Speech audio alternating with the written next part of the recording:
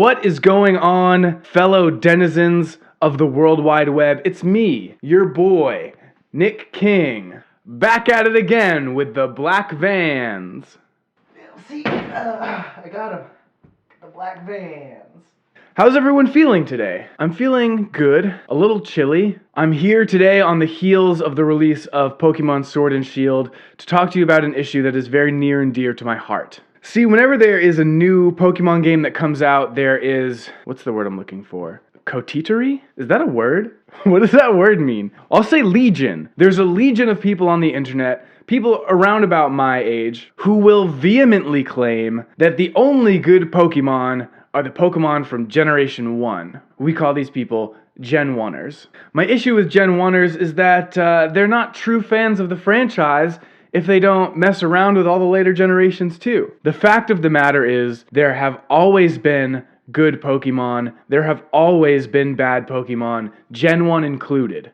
Newer Pokemon are often just as creatively designed, if not more creatively designed, than many of the older gens. So what I thought I would do today is compile my top 3 and bottom 3 list of each Pokemon generation, judging based on the design, the concept of the Pokemon itself. Not the way it's drawn, not its competitive viability, just by asking the simple question, what is it, how does it look, how does it, is it look, how it is. I'm going to be looking at the broad history of Pokemon from its humble beginnings back in the Kanto region all the way to the new faces we see in the Galar region. Some of you are probably wondering, Nick King, I know you're my boy and all, but aren't you a little too old to be making videos about Pokemon? No, I'm not. I'm the perfect age to be making this video in particular. I grew up with Pokemon. It's been something that I've been interested in for the majority of the time that I've been a conscious human being. This means that I have the requisite nostalgia for the earlier generations that all the Gen 1ers have. The difference between me and them is that I'm a true fan. Before we get too deep into this video, I would like to give a quick shout out at the top to Ken Sugimori. The man is a genius. Pokemon wouldn't be what it is without him and his iconic style. He is, after all, the man who gave us thick Pikachu. I got the 95 Sugimori drawing on the shirt for this very occasion. Thank you, sir. So let's start at the beginning. Gen 1, I'm going to give you my bottom 3, the worst Pokemon designs of red, blue, yellow. Number 3, I'd like to start off with an evolutionary line, Voltorb and Electrode. Voltorb and Electrode are a couple of balls, they roll around, they have eyes. Electrode is the same as Voltorb, but it's bigger, and its color scheme is flipped upside down. Very bad Pokemon, very lazy. Number 2, we have Execute, which is some eggs. Would you like to draw some faces on eggs? It's eggs. It's just eggs. And number 1 is a bit of a tie. The 2 worst Pokemon in Gen 1 are Jynx and Mr. Mime. I typically have a problem with any Pokemon that very nearly resembles a human being, but especially one that resembles a historically racist caricature. For those of you who don't know about the Gollywog or Sambo, these are literature characters from early America that are... Jynx has been updated over time, but the original version, although was supposed to represent a Japanese spirit called the Yama-Uba, really in Western culture, specifically in America, it's not great. And then there's Mr. Mime, another Pokemon, again, that's more or less just kind of a person. And what can I say about Mr. Mime that hasn't already been said about Ted Bundy and Jeffrey Dahmer and John Wayne Gacy? Please get this horrible clown man away from me. Please never let him near my family. Please erase this from my memory. This clown man is no good. Let's talk about the 3 best Pokemon in Gen 1. Coming in at number 3, again, I have to mention this evolutionary line as a whole, Magikarp and Gyarados. Magikarp is not only hilarious, but also a beautiful example of how mythology can be incorporated into designing a Pokemon and its evolutions. It starts out as the most pathetic, useless, garbage, just despicable. I spit on it. I spit on that Magikarp. Get it out of my party! Get it out of here! But with patience and time, the fish travels upstream, and what happens? When the koi fish travels all the way upstream, turns into a beautiful dragon. Gyarados isn't a dragon type, which is pretty whack, but it does represent the fish's journey from lowly pond sucker, ew, pond sucker, I'm leaving it in, to majestic sky beast. And that's a beautiful thing. Number 2, Cubone. Cubone has the dual benefits of being super cute and also very, very dark and upsetting in its backstory. He's a sweet little crybaby of a ground type who wears his dead mother's skull as a hat. It looks sick as hell. The lore is compelling. Cubone's a good one. A real one. And the best Pokemon from Red, Blue, Yellow, the number 1 is number 1, Bulbasaur. My son, my sweet baby boy, my bulbous little cherub. I love him so. He's not quite a frog, he's not quite a lizard, he's kind of his own animal, half creature, half plant. He's adorable, he evolves so gracefully. Ivysaur is my favorite Pokemon of all time, but I think from a pure design standpoint, I gotta give Bulbasaur the number 1 spot. It's just like, kinda perfect. Perfect Pokemon. 10 out of 10, Bulbasaur. I would like to give an honorable mention also to Ninetales, just for being real sick looking. And I would like to give a dishonorable mention to the coexistence of Grimer and Ditto. How many amorphous blobs of purple goo do you need in one game? And now that I'm asking that question out loud, I realize that there is no limit. But still, Ditto is just smooth Grimer. And Grimer is just tiny muck. Ditto's just a tiny smooth muck. Or is muck a big lumpy Ditto? I don't like that either. On to Gen 2. My personal favorite generation in terms of the games. Gold, Silver, especially Crystal. Phenomenal games. I sunk a lot of hours into those as a kid.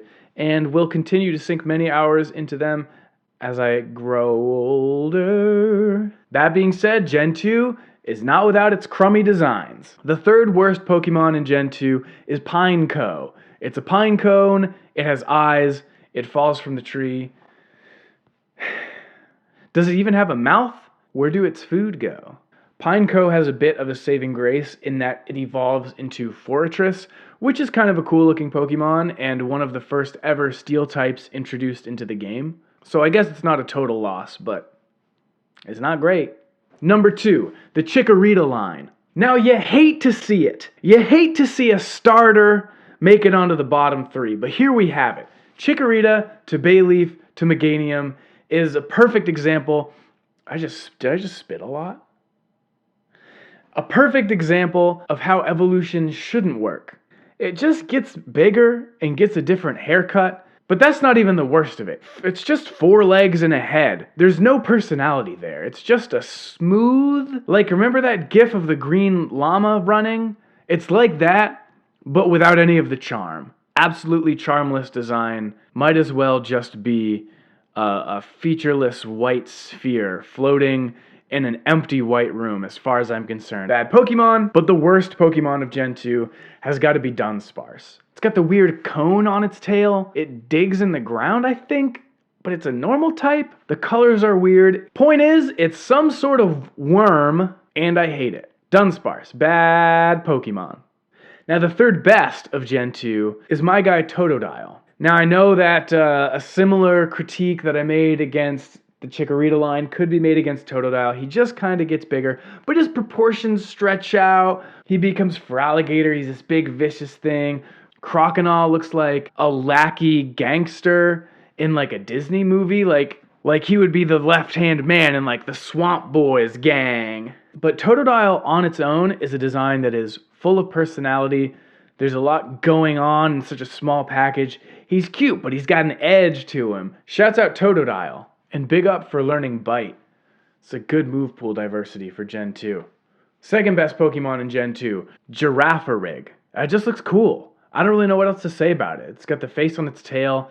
It's got the alternate coloring from its front half to its back half. Kind of an interesting color palette. Just a super underrated Pokemon, I think. I don't know. I just like them. Number 1 best Pokemon design in Gen 2 is going to go to Donphan. Donphan is just a very tight, well put together, just consistent looking little creature. Big creature. How big is he? How big an old boy are you? 3 feet tall. I mean, I wouldn't want to wrestle one. Can tuck into a ball. It's got the tusks. Mean looking face. It's got the repeating pattern on its top and its back. It goes around its ankles. It's a nice little touch. Just a cool design. Well done, holding it down, because its typing is ground. Don fan. I'm a fan. Moving on to Gen 3. Third worst Pokemon in Gen 3, I have to give it to Tropius. It's a dinosaur, it's also a banana tree, it's got the horrifying cluster of fruit on its neck. Whoa. But it's got wings, it's also a flying type. It's just kind of a hat on a hat, you know what I'm saying? Like, Tropius is too many things. Even if you tried to just do one of the things, it wouldn't be good. Somehow, all of the things together just make it worse. It is far less than the sum of its parts, Atropius. Tisk tisk. Second worst is Lileep and Cradily. Big ancient flower. I feel like even going off of that concept, there's just so many different things you could have done. Its biology makes no sense to me. The colors are ugly. I hate its stupid face. Go home. But the worst Pokemon design in Ruby, Sapphire, Emerald, Love Disc, really takes the cake. It's just a heart that lives in the water. It's just the shape of what a child thinks a heart looks like, but with a tiny little face, and it is a fish. It's bad. It's lazy. I got no love for this disc. I gotta stop saying shit like that. But Gen 3's got some good ones too, some really good ones. The third best Pokemon in Gen 3, I'm gonna give the spot to Shedinja. Shedinja's great because it's like you look at the part of an actual bug that is dead and you just turn it into a ghost type. It's so sick. The hollow husk of a once living creature is now a dead Pokemon, and it's got this weird little halo. The part on its back where the bug bursts out of the dead shell becomes like wings.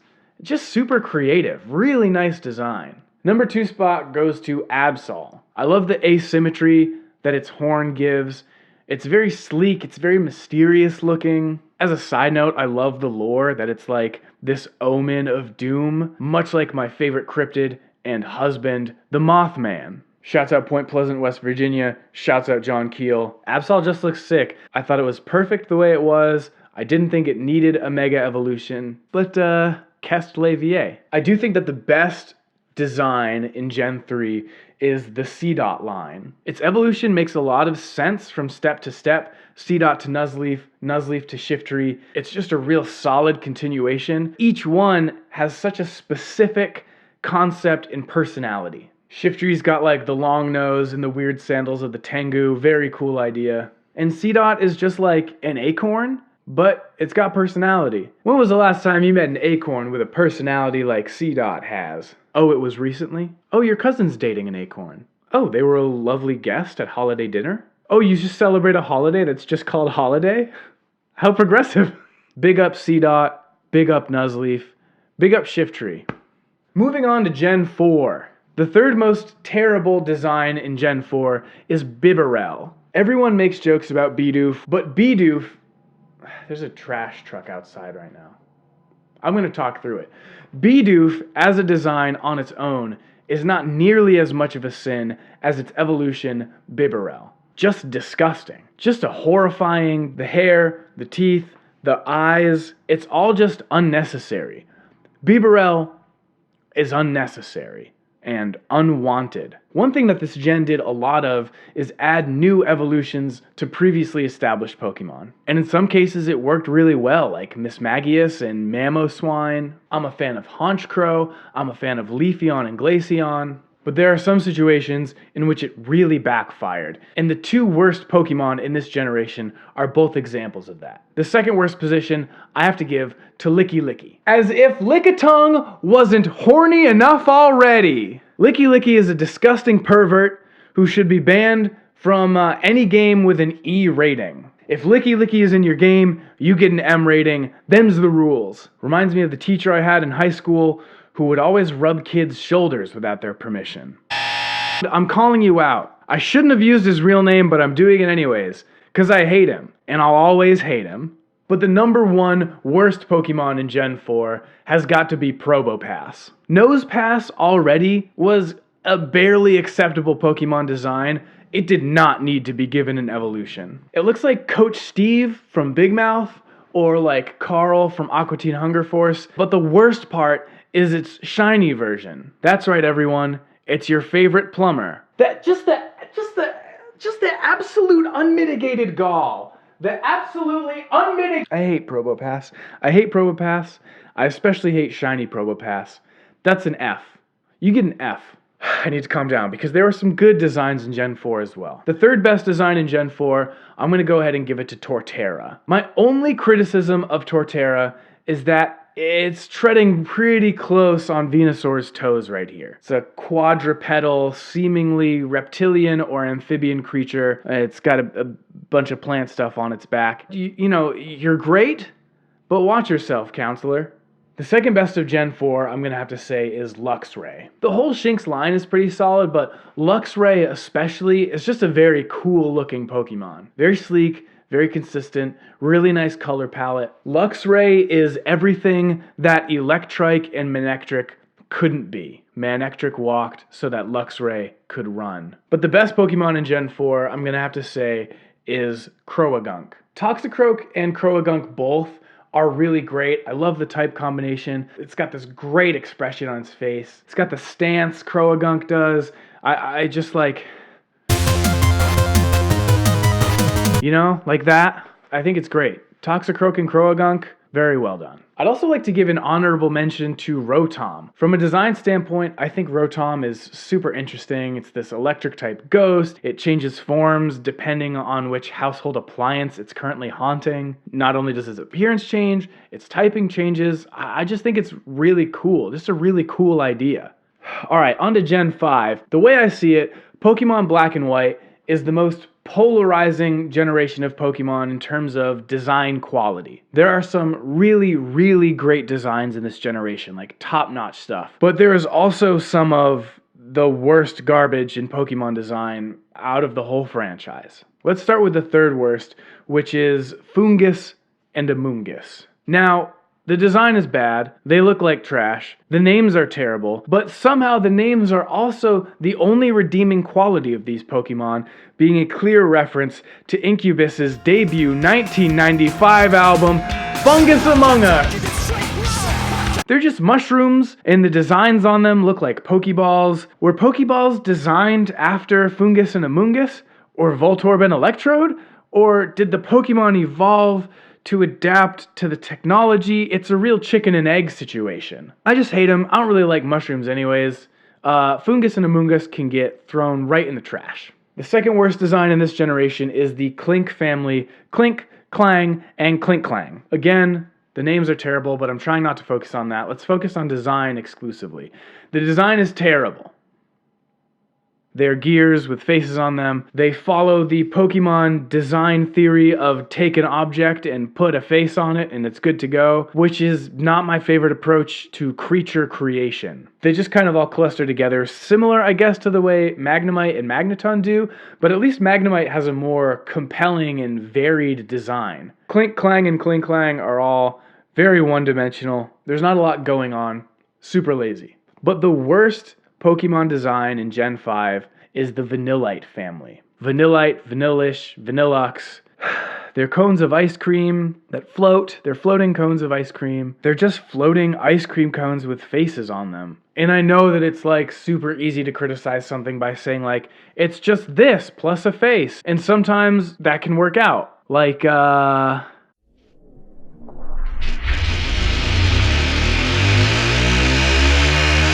there's nothing compelling about the way they look. Very boring, very lazy, and they shouldn't have dedicated an entire 3-step evolutionary line to ice cream. That's, I think, maybe my core complaint. You really need 3 ice cream cones?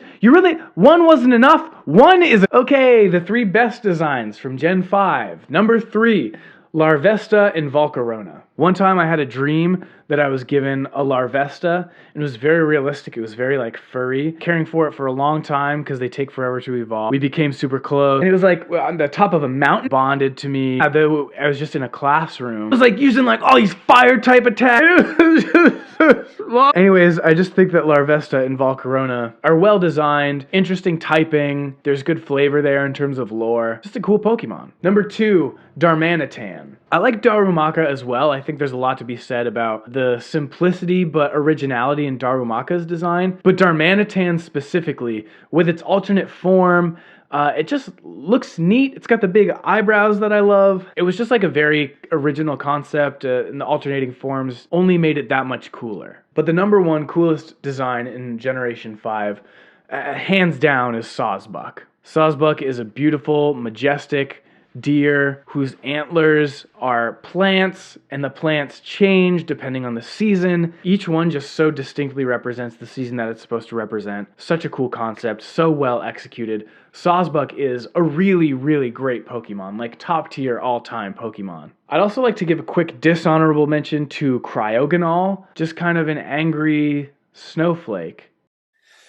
Hey everyone, it's your boy Nick King here, working on editing this video right now. I was going to do a bit here where I got some footage of some boomer comedian making a joke about like snowflakes, like, you know, like triggered snowflakes or whatever, but I don't feel like sifting through hours of like Ricky Gervais footage, so I'm going to scrap the bit. Thank you for understanding. Back to the video. Alright, we've made it to Gen 6, Pokemon X and Y, games that I really enjoyed playing. Some pretty good designs in these games, some pretty bad ones too. The third worst design, I'm going to go ahead and give that position to Slurpuff. I guess I just don't like it when you make a Pokemon out of a dessert. Slurpuff is just like gross looking. I don't like it, but it's just like a pile of cream. Much prefer Spritzee and Aromatisse. The number 2 worst Pokemon in this generation, I give to Chestnut. The main reason that I don't like Chestnut as a Pokemon is because I really like Chestnut as a Digimon. This design is so clearly a Digimon and not a Pokemon. It's like, it's just so obvious to me. This thing exists in the wrong franchise. Make it a Digimon. Chestnutmon. Notmon. Notmon's not bad. Chestnut's a bad Pokemon. It's a pretty good Digimon. But the worst design in Gen 6, hands down, goes to Klefki. Klefki is a ring of keys. It's a key ring. It's my high school janitor's favorite Pokemon. Shouts out to Morris L.T. Bunker. You gonna pick that shit up? The third best Pokemon in this generation, I feel like is one that's maybe a bit of an outlier, but I personally really like is Dragalge. It is a dragon that looks like it's made of seaweed, but it's poison type. It's just very interesting. Taking seaweed and making it into a Pokemon seems kind of obvious, but the twist that it is a poison type dragon, that's a stroke of beauty. Whoever conceptualized Dragalge, you're a real one. For real though. For really real. Second best slot, I'm going to go ahead and give it to Pangoro. I love that it's a fighting and dark type. I love that it's got the little twig coming out of its mouth. Such a cool, like, bruiser of a Pokemon. Like, I could picture it wearing, like, a torn black denim vest with patches on it. I'm Pangoro now. Big love for my beefy panda man. But the best Pokemon design in Gen 6 comes from a convention that we have seen before and since, which is Ghost haunting inanimate object, but this one is executed just so well. I'm talking, of course, about Phantump. Cute little ghosty boy, and his head is a tree stump. His evolution, Trevenant, is also pretty tight, but Phantump is really where it's at. In terms of what I think is good about ghost-type Pokemon, Phantump hits those marks. It very smoothly incorporates a secondary typing into his biology. I just like him. I want him to be my friend. I also want to give an honorable mention in this generation to Hawlucha. Making a Pokemon out of a luchador, but not so obviously. It's bright, colorful, just kind of a neat idea. Just wanted to shout out Hawlucha. Okay, Gen 7. Now, Gen 7. Gen 7, Pokemon Sun and Moon. The first Pokemon games that I had a hard time playing through in their entirety. Honestly, it felt like a bit of a slog beating it. Definitely not my favorite generation in the franchise. But there are good designs and there are bad designs in all of them, this one included. The third worst design in this generation has to go to Sandygast and Palosand, which are just sandcastles. They're haunted sandcastles. They're sandcastles. They're just sandcastles. What else can I say? That's super boring. Moving on. The second worst is Delmise. You've heard me complain a couple of times about designs being too simplistic. Delmise is a design that would benefit, I think, from a little bit of toning down. For such a simple form, there's really like too much noise happening. It took me forever staring at this thing to just like figure out like where's its face is at. Anyways, it's just an anchor that I think has a face. If you were gonna do some sort of shipwreck-based Pokemon, there are way more clever directions you could have taken this thing in. The thing that really stands out about Sun and Moon that we have to talk about is it was the first generation of Pokemon to redesign existing Pokemon, creating something called regional variants. Sun and Moon take place in a region called Alola, which is based off of Hawaii, and there are Alolan versions of Pokemon, the implication being that if a Pokemon evolves in a separate climate, it would evolve to be a completely different creature. It's very Darwinian. It's actually a pretty interesting concept. I'm not mad at it at all. This concept hatched some good ideas and some bad ideas, and I'm going to give the bad ideas the #1 spot in the worst Pokemon designs of Gen 7. The ones specifically that I would like to highlight are Alolan Persian. Its face is too wide. Alolan Diglett, but especially Alolan Dugtrio. Get that ridiculous wig off. You're not fooling anyone. But the #1 worst design in Gen 7, one of my least favorite designs of all time, maybe my least favorite design of all time, Alolan Exeggutor. Alolan Exeggutor is ridiculous, is a monstrosity, should not exist based on its concept alone. Too tall, too skinny. It's just biologically improbable. I hate it. It looks dumb. And as if its appearance wasn't foul enough, wasn't loathsome enough. It's a dragon type? Get out of here. Get right out of town with this. Get right out of town with this. That this tree is a dragon? Get right out of town with this. I can't stand it, and I won't stand for it.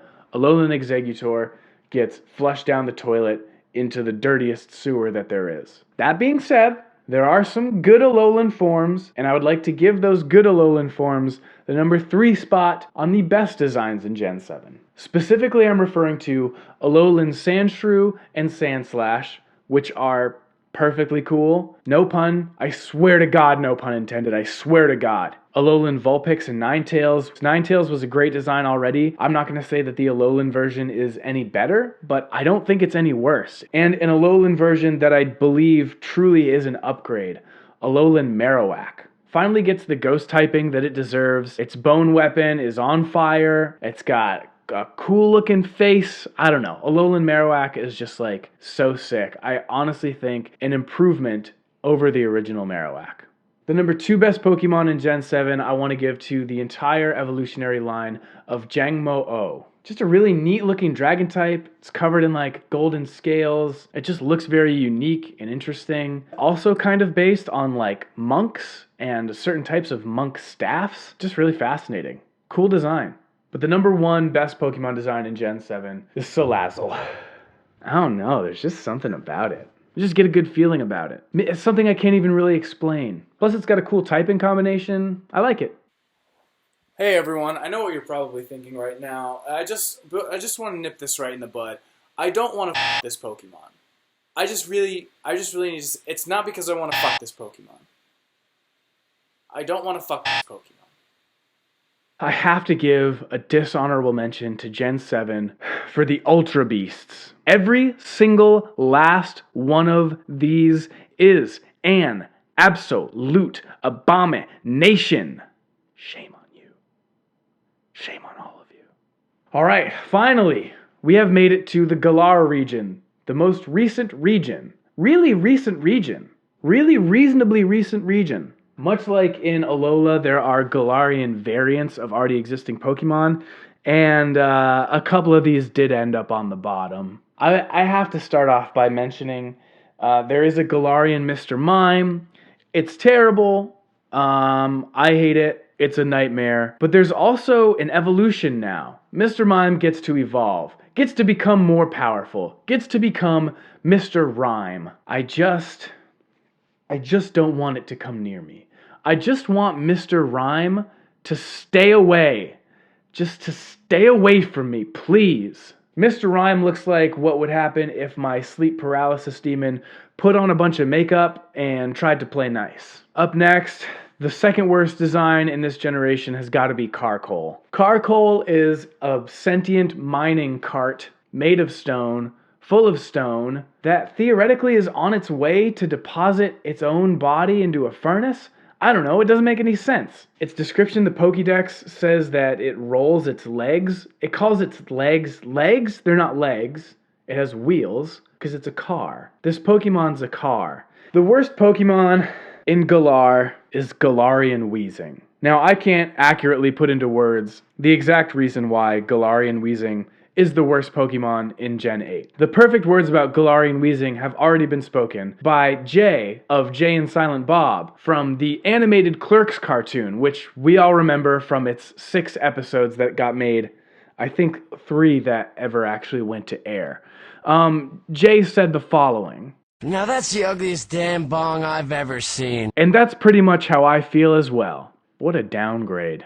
Dishonorable mention to Stonejourner, which is Stonehenge arch with arms, I guess. If you're gonna make a rock type, listen, if you're gonna make a rock type, it doesn't have to just be a bunch of rocks. Be more creative. Anyways, there are good Pokemon in Sword and Shield, and I'm gonna give the number 3 spot to the Corviknight line. Corviknight was one of the first Pokemon that got released for Sword and Shield, and right off the bat, I was super excited about this Pokemon's design. Come to find out later that it's actually the final evolution in a 3-step line. It starts as a Rookidee, which becomes a Corvisquire, finally evolving into Corviknight. Just a super badass looking Pokemon. Every step in its evolutionary line grows up very gracefully. It starts off super tiny and cute, classic, ends up as this real, like, gnarly looking crow.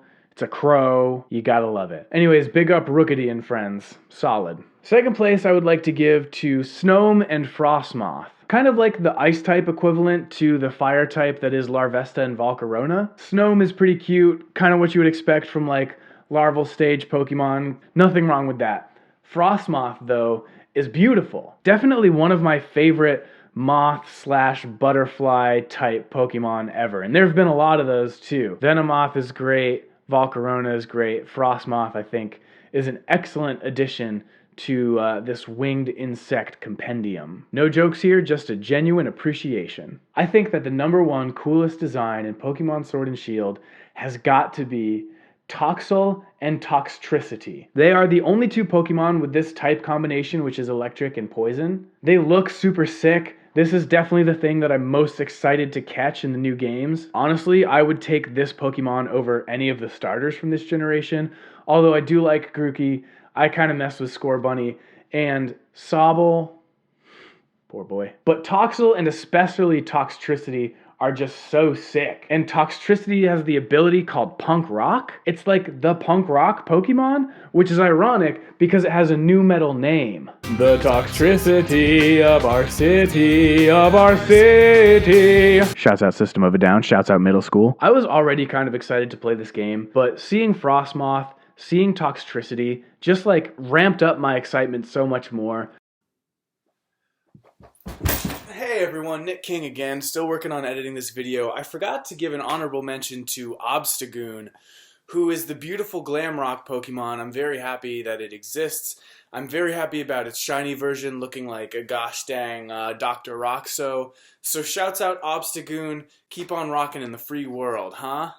I don't care what all of these like Gen-1ers and like dumb gamers are saying about not having a complete national dex, like whatever. Everyone needs to shut up, buy Sword and Shield, come back and talk to me. Look, you know I love my Bulbasaurs, my Ninetales, Sandshrew. You know what? I even got a lot of love for Zubat. But that doesn't mean I can't appreciate the new things that this franchise comes out with. There have always been good Pokemon. There have always been bad Pokemon. And it's going to be like that forever. Y'all Gen-1ers are a bunch of nostalgia-poisoned, complaint junkies, and I don't need you in my life. If you honestly believe that Gen 1 was the only part of Pokemon that had any good designs, come at me in the comments, come at me in real life. IDGAF. I don't think I really have much else to say. If you made it all the way through this video, I mean, kudos, for real. It wasn't that funny. Are there any terrible designs that I forgot to mention? Are there any excellent designs that I forgot to mention? As always, I want to hear your opinions. And I will read every comment, and I will take every comment into consideration. That's a promise. Don't forget to like this video, give it a thumbs yes. Give the old subscribe button a smash, because when it comes to subscribers, I have to catch them all. This has been your boy, Nick King. Love for friends.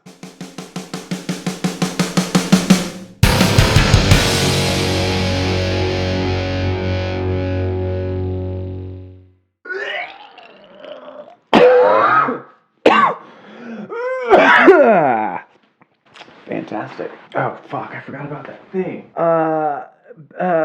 Maybe I'm just a dumb idiot. Wow, an hour and a half. Can't wait to sort through all of that garbage. So Lazzle has big bisexual energy.